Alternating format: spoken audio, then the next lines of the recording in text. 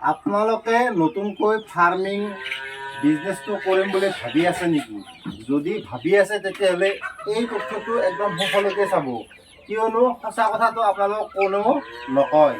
কাৰণ ফাৰ্মিঙত প্ৰায়ভাগ মানুহে ফাৰ্মাৰ বন্ধুবিলাকে কি কৰে, আপোনাক লাভৰ অংশখিনিহে দেখুৱায়, কিন্তু তাৰ পৰা হ'ব লগা লোকচানৰ সন্মুখীন বা কি কি সমস্যা, কি কি বেমাৰ, সেইবিলাকে আপোনাক কেনেধৰণৰ লোকচানৰ সন্মুখীন কৰিব, সেই বস্তুখিনি কোনো আপোনালোক নেদেখুৱায়।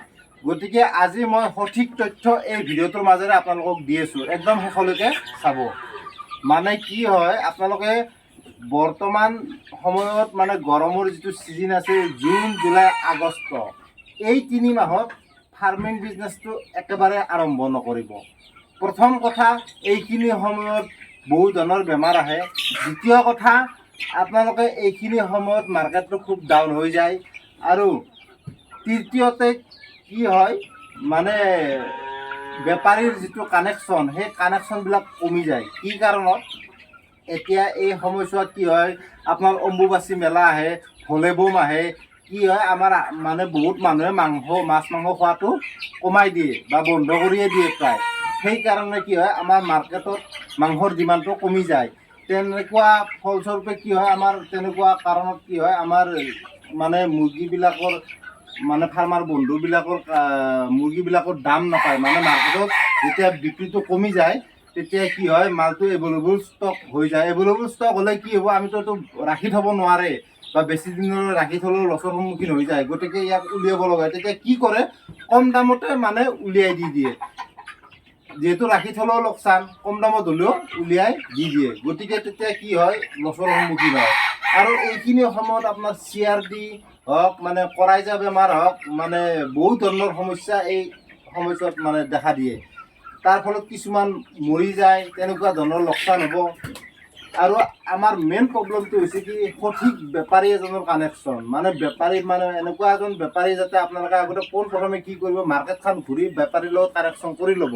যদি সেইখিনি কাম কৰিব নোৱাৰে, আপুনি একেবাৰে লছৰ সন্মুখীন হ'ব। কাৰণ সঠিক সময়ত যদি আমি মালখিনি উলিয়াব নোৱাৰোঁ, আমাৰ হাতৰ পৰা গৈ থাকিব। গতিকে একদম সঠিক সময়ত আমি মালখিনি উলিয়াবই লাগিব।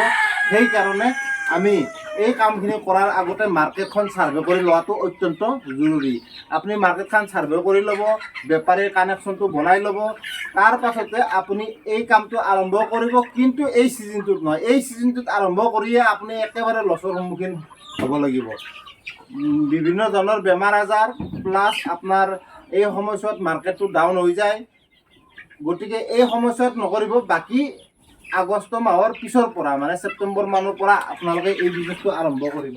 তেতিয়া আপোনালোকে মাৰ্কেটটো পাই যাব, প্ৰথম কথা। আৰু সেই ছিজনটোত বেমাৰ আজাৰৰ পৰিমাণটো কমি যায়।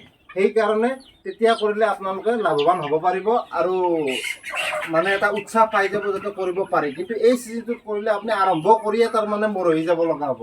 কাৰণ এই ছিজনটোৱে একেবাৰে বেয়া। এই ছিজনটোত একদম বহুত ধৰণৰ সমস্যাৰ সন্মুখীন হ'ব লগা হয়। মই নিজে ফেচ কৰি আছোঁ।